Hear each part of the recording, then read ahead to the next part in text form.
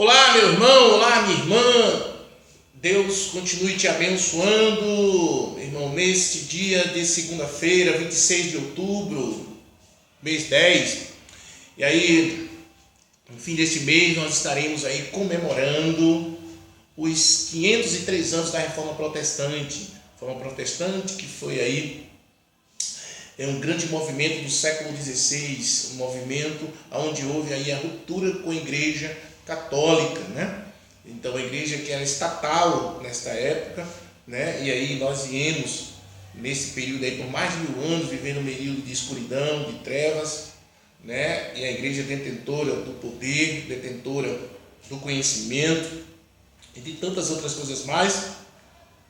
E aí a reforma veio aí para trazer esse grito de liberdade, né? Essa libertação. E hoje foi um grande divisor de água, na verdade, e abriu para muitos campos, desde a ciência e tantas outras coisas mais. Bem, mas nós não vamos falar. O que eu quero dizer para você, nós estamos neste momento, e é um momento muito especial para a vida dos cristãos protestantes. Não tem como passar em branco. Então eu queria chamar a você a nós estarmos pensando, né, sobre a graça de Deus. A graça de Deus, que foi um terceiro, na ordem, é o terceiro pilar da Reforma Protestante. Nós temos aí os 5 pilares da Reforma Protestante, nós falamos no vídeo anterior, que são só a Escritura, só Cristo, só a graça, só a fé, só a Deus a glória, ou seja, sola a Escritura, solo Cristo, sola gratia, sola fide e sola Deo glória. Então, meu irmão, esses foram os 5 pilares da Reforma Protestante. Nós vamos nos basearmos nesse período aí, alguns dias, gravando alguns vídeos sobre sola gratia, somente pela graça.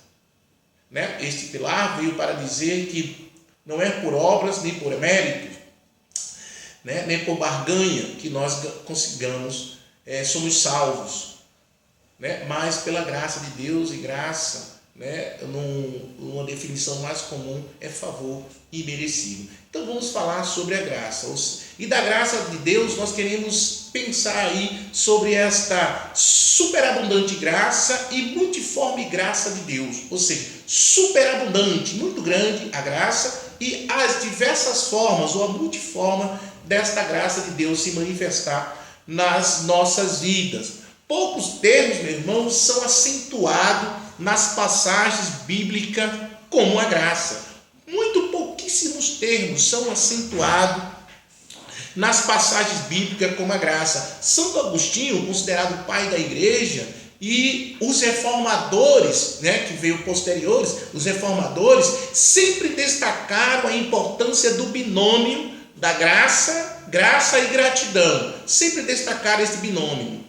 Da graça e gratidão, ao insistir que graça deve ser o princípio central da nossa teologia e a gratidão. Então, a graça e a gratidão devem ser o princípio central da nossa teologia, deve ser o motor central da nossa ética cristã. Graça e gratidão, meu irmão, graça e gratidão. O Catecismo de Heidelberg, ele afirma que é necessário 3 verdades, que conheçamos 3 verdades básicas. E quais são essas 3 verdades básicas?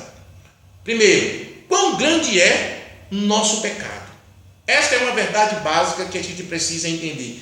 Quão grande é o meu e o teu pecado. A segunda grande verdade é quão grande é a graça de Deus que nos redimiu. Quão grande é a graça de Deus que nos redimiu.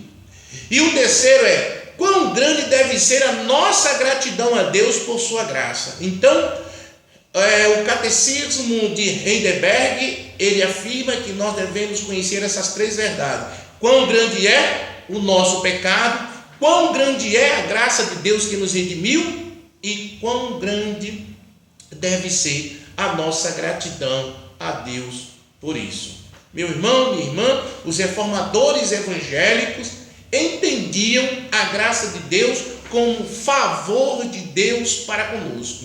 Então, os reformadores evangélicos, eles entendiam né, a graça de Deus como um favor, ou seja, favor dele, o favor de Deus por nós, né, o favor de Deus pela humanidade, o favor de Deus por cada um de nós. E não com uma substância mística, nenhuma força mágica que penetra, que vem, ou gratia infusa, né? Como esta coisa que vem para nós. Não.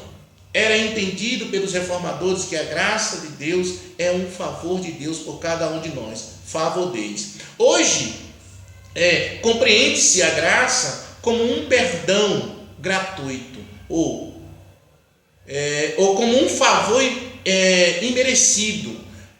E é assim que se entende a graça nessa contemporaneidade, nesta nossa realidade. Hoje em dia, como que compreende-se a graça? Como um perdão gratuito, como um favor imerecido. Só, meu irmão, tem sim, isso é graça, mas a graça, ela é muito mais que isso. Ela é muito mais ampla que isso, ela vai muito mais além do que isso. A graça de Deus. Se nós observarmos nos textos sagrados, com um pouco mais de minúcia, perceberemos que a gratuidade divina é de uma amplitude e riqueza em seu significado para as nossas vidas, para a vida de cada cristão, para a vida da humanidade. Nós perceberemos exatamente que a gratuidade divina, ela é de uma amplitude, sabe, de uma imensidão, né, e riqueza em seu significado em nossas vidas. E é isso que a graça nos traz, ela significa. Porém, para uma maior compreensão da nossa visão da graça de Deus, ninguém melhor do que o apóstolo Paulo para nos inspirar na busca dessa compreensão. Paulo é o cara que abriu aí a visão para que a gente venha entender a graça de Deus, ou a teologia da graça paulina, a graça em Paulo. Ele abre para que a gente possa entender. Então ele nos inspira a compreender essa dimensão e essa riqueza da graça de Deus, né? O que poderia exatamente enriquecer muito nossa fé e nossa vida cristã seria exaltar nossa visão da graça de Deus, do nosso Deus. Por isso eu queria convidar a você, nesses dias, estar pensando aí nos nossos vídeos, né? Vindo pensar conosco, participar dos nossos vídeos. Entre aí no meu canal, se inscreva, deixe seu alô, sou ok, deixe seu comentário, né? Se você gostou ou não, mas é muito importante. Mas não é só porque você vai lá se inscrever ou dar um ok, mas porque de fato você se sinta enriquecido, tocado, agraciado e aumente esse conhecimento sobre a graça de Deus.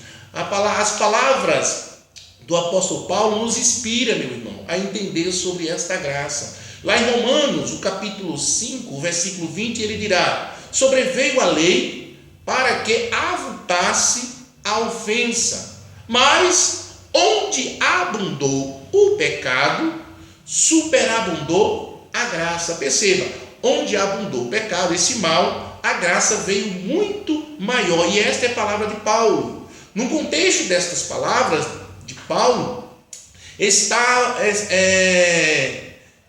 a tradição judaica, segundo a qual nos tempos finais o mal chegaria ao seu extremo, mas muito maior seria a graça divina contra ele. Ou seja, nós estamos num contexto aí judaico, de uma tradição judaica, e que se entendia exatamente quando Paulo está falando sobre isso, que o pecado ou o mal, ele chegaria a uma dimensão muito grande. Porém, a graça, né, ela veria de uma forma muito maior, muito grande e muito maior do que este mal, né? E seria exatamente contra ele. Onde abundou o pecado, onde abundou o mal, superabundou a graça, ela veio maior.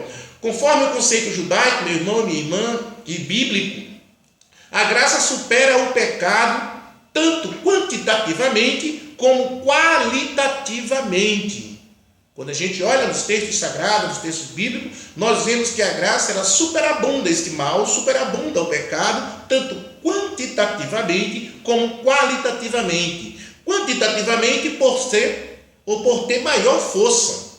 É uma questão de quantidade, por ela ter uma maior força, ela é muito maior, muito mais forte do que o pecado. E quantitativamente por ser de caráter superior, por ter um significado mais amplo, mais extenso, a graça de Deus. Ela vai além do pecado, ela vai além desse mal, ela vai além da nossa natureza pecaminosa, a graça. Então, a graça ela é entendida no contexto bíblico, no contexto sagrado, como quantitativa, como qualitativamente. Quantitativa, por ter maior força, e qualitativamente, por ter caráter superior, por ter um significado mais amplo.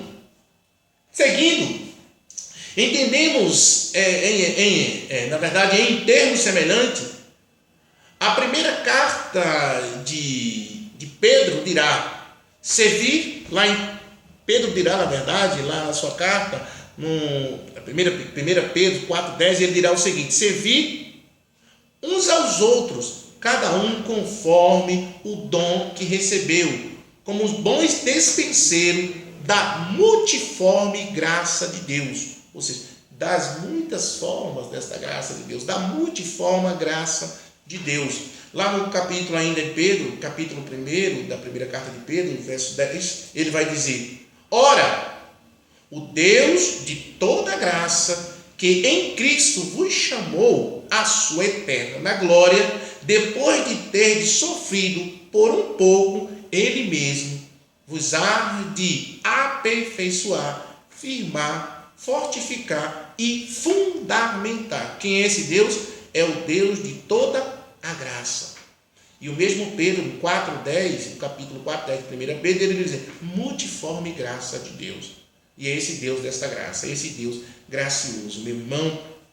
Sendo assim, entendemos aqui, meu irmão, nós entendemos que a graça, ela é abundantemente grande e se manifesta de muitas formas. A graça é superabundante, é grande demais. E ela se manifesta de muitas formas, é a multiforme graça de Deus. As muitas formas desta graça se manifestar. Por isso, exploraremos algumas dimensões bíblicas da multiforme graça de Deus, da superabundante e multiforme graça de Deus.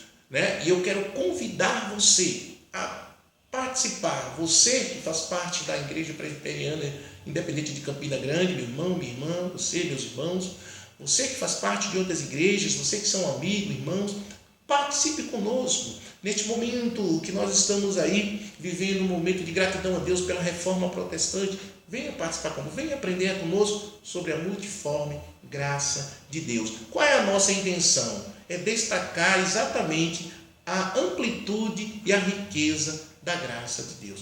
Vem comigo, vamos participar junto. Que Deus esteja te abençoando, Deus esteja te guardando, Deus esteja cuidando de você. Vamos caminhar na Bíblia e entender um pouco dessa multiforme e superabundante graça de Deus. Deus te abençoe e uma ótima semana em Cristo Jesus, nosso Senhor, meu irmão, nosso Deus.